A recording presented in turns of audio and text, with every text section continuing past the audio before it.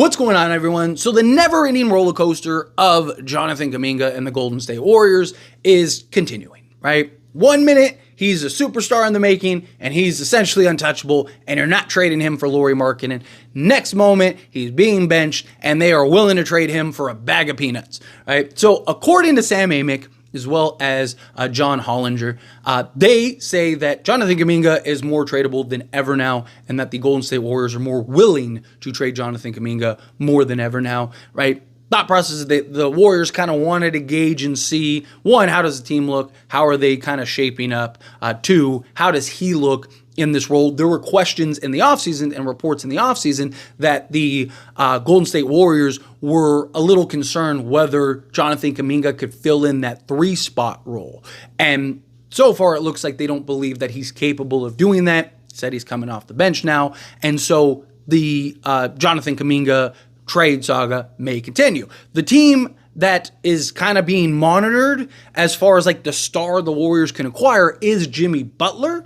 The Golden State Warriors are kind of keeping an eye on Jimmy Butler and seeing if at any point he becomes available. But you're hearing a lot of murmurs and whispers of a Giannis, right? A lot of people are reporting that Giannis may end up forcing his way out and end up forcing a trade at some point. They're 1-4. The Milwaukee Bucks, the rails have fallen off. This is feeling closer and closer to the end of the Giannis saga than ever before. However, based on the reports, he wants the Brooklyn Nets or the Miami Heat. Now, that doesn't necessarily mean that those are the only two teams. Those are just the two teams that have been recently mentioned. So the Warriors have been a team that have been linked to Giannis since this past offseason, and supposedly Giannis and Steph would love to play with each other. Giannis would be open to playing with Steph and the Golden State Warriors. So there may be a path there. There may be a bridge to kind of get that done. And if you're the Milwaukee Bucks, you want a young rebuild style package, right? So you want as many draft picks as you could possibly get, but getting a guy in like a Jonathan Kuminga, a Moses Moody, right? The Warriors are basically going, here is our roster. Take whoever you want but Steph. Right? And you're just plucking Kuminga, Moses Moody, can you convince them to give you a pod, right? Now you got those three plus 4 firsts or basically however many of the Warriors can give you. You take all that, right? Now you're trading Dame. I don't think you're going to get a huge package for Dame, but I think you'd get something. Like a team would probably give you a first and maybe a couple young guys, so now you're adding some young pieces to that, right? Team like Miami, they wanted Dame. Can you get like a Jaime Jaquez and something, a couple picks and stuff, and then whatever salary filler for Dame? Or can you get a, maybe you can get a Ware or something like that, right? There's ways to maybe get 1 or 2 young guys for Dame. Maybe Miami would do that to try to keep Jimmy Butler as well as like contend for a championship. And they were super high on Dame. They really wanted Dame. So Milwaukee came in and swooped in and did that. So if you can turn Dame and Giannis into Kuminga, Moody, and like I said, pod plus a handful of first, and then add in a Jaime Jaquez and a Ware, and then a first or something like that, then now you got all this young talent to rebuild, whatever you can get for Chris Middleton. I don't even know if you could trade Chris Middleton. His injury history plus his salary and contract. Brook Lopez, you could probably get a nice return. You're almost better off just selling now, right? If come the trade deadline, if Milwaukee is a play-in team, do you just trade Giannis now? Because I think you would get more right now than you would in the offseason, right? Because you'd have a team, if the Warriors are really good, and because the Warriors are looking like a very good team, if they're in that hunt and they're a playoff team or borderline play-in playoff team, let's say they're the 7 seed, but they're a game out from 5th or something, I could see them going hey, we'll give you whatever you want, right? We're in the offseason, they might try to negotiate a little more. There might be a little more urgency come the trade deadline as opposed to the offseason. I do think Giannis would be patient. I do think Giannis would at least let this season play out. But if you're going to have to trade him regardless, you might as well trade him when it gets as high as it can. However, you don't have to trade him, right? So you can set the price and, 2 weeks, whatever, outside of the trade deadline, And if teams don't bite on it, okay, we'll just hold on to Giannis and wait till you get into the end of the offseason. And you can talk to Giannis like the Nets did with Kevin Durant, where they were like, dude, you're Kevin Durant. We're not trading you for a bag of chips, right? Like, we have to get a real package. And Kevin Durant was like, yeah, you're right, right? Like, I think Giannis would do something similar where it's like, all right, no one, like, dude, we're willing to trade you. We're willing to work with you. We want to trade you, send you where you want to go. Thank you for the championship type thing. You kind of, fluff a little bit and then kind of like, hey, but, we're not just going to trade you for, do you believe you're worth Moses Moody? Like, you'd be like, no, right? Like, so you kind of play to these stars' egos a little bit. So, it's going to be interesting to see how this develops. But look, I think Milwaukee is washed. All right, so if I'm the Warriors, I'm definitely keeping an eye on Milwaukee. Miami makes sense for Jimmy Butler, but does Jimmy Butler and Steph, is that enough to get you to a championship? Obviously, you have other guys like, Buddy Hield, Draymond Green, Melton, right? Like, you have several guys that, can kind of play the roles around Jimmy Butler and Steph, right? You have like Trace Jackson, guys like that. But Giannis and Steph, yes, I think, and many would probably argue like, okay, well, Dame and Giannis didn't work. But a couple things about that. One, Dame didn't even want to be in Milwaukee, and he has been very open about how, like, miserable he is. Two, Dame and Giannis have made no attempt at building any type of chemistry, any type of relationship, any type of camaraderie, nothing.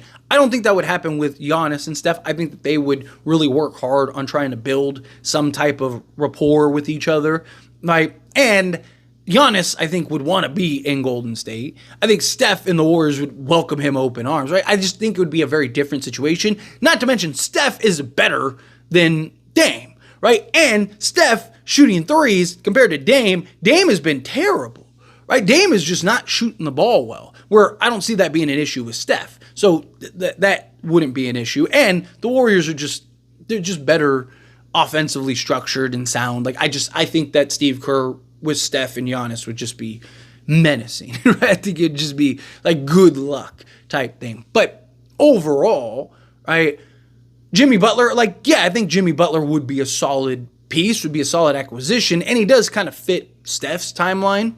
And both Jimmy and Giannis have been dealing with injuries lately, but Giannis, I just don't think there's no comparison between him and Jimmy. But you look at like what Jimmy's been able to do, like with Miami, where he's been able to go to 2 finals with a team that worse than what he would have with the Warriors.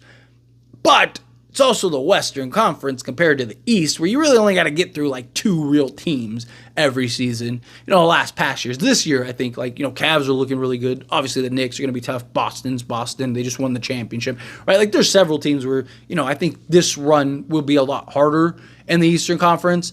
But still, it's like, the 2 times that they went to the finals, like, as long as if you beat Boston and Milwaukee, then you're in it, right? Like, those are the only teams that you really have to get over the hurdle. Where the West, it's like, Dallas and OKC and Denver and Minnie and, the Warriors and the Lakers and the Grizzlies and it's like, there's like 11 teams that, like, you have to actually get through. Dallas, right? Like, several teams that you have to get through in order to kind of get where you need to go. So I don't see, like, Butler and Steph being, like, the 2 that, like, okay, these 2 plus this is enough. It might be, right? And Jimmy is a monster. And plus with Steph and Kerr and just kind of the culture and the work ethic, I think that Jimmy would get along with these guys. But there is also those questions of, like, Jimmy is not, like, Jimmy works in Miami because Miami's culture and work ethic is like Jimmy Butler's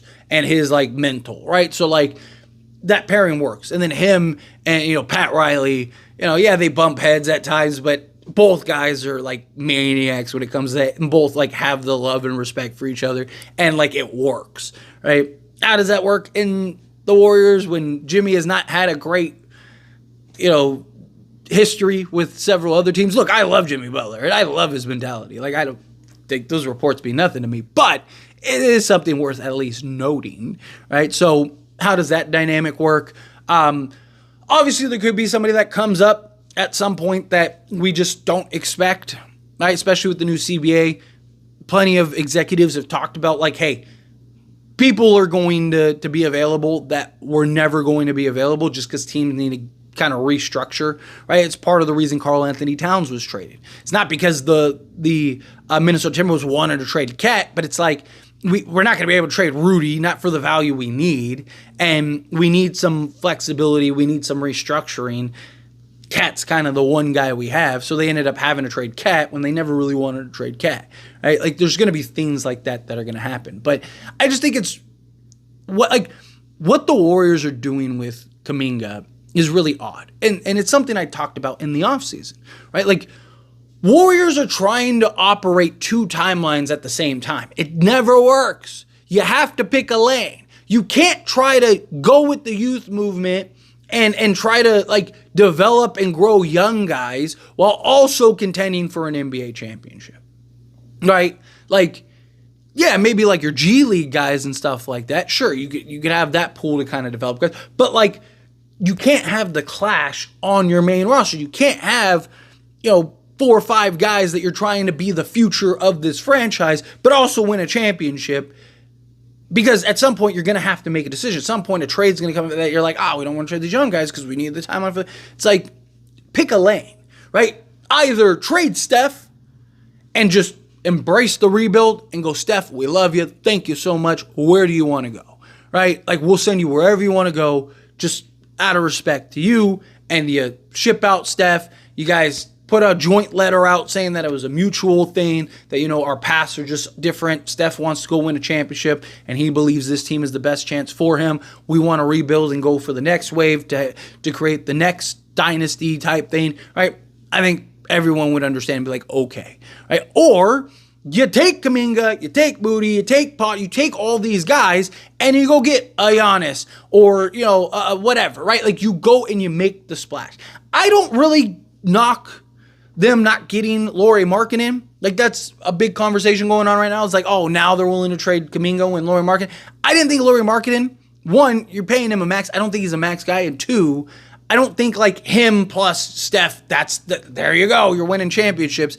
And I don't think that he was the right move. I think the Warriors made the right choice in being patient, right? They need that. They need like a Giannis. They need that clear-cut guy that can come in and you can go win championships with, right? Going and getting that like fringe guy, I don't think is going to be worth it. At that point, you might as well just keep your young guys. But if you can turn them into, like I said, a Giannis or something, to where it's like, okay, now you clearly have that guy. Right? Now these two guys are probably the best duo in the league, or one of the best duos in the league, if they can figure it out and work it out. Plus you have enough talent and role guys around those guys to get it done.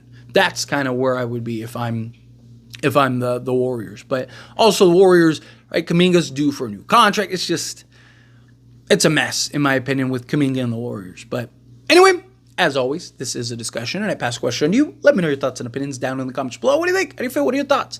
Agree with my points? Disagree with my points? Do you think, like, yes, you gotta go get Giannis, or do you like the idea of Jimmy Butler? Or do you think that they should trade Kuminga? Or do you think, no, you gotta keep Kuminga? He is the star. He is the guy that is going to be the future of this team. Again, however you feel, whatever your thoughts are, I'd love to hear it. So let me know down in the comments below. That being said, if you haven't liked this video, hit that like button. Helps me a lot. Helps me enjoy these types of videos, and I truly appreciate it. Not subscribe channel, hit that subscribe button. Turn on the bell notifications. Appreciate y'all. See you in the next one. Thank you.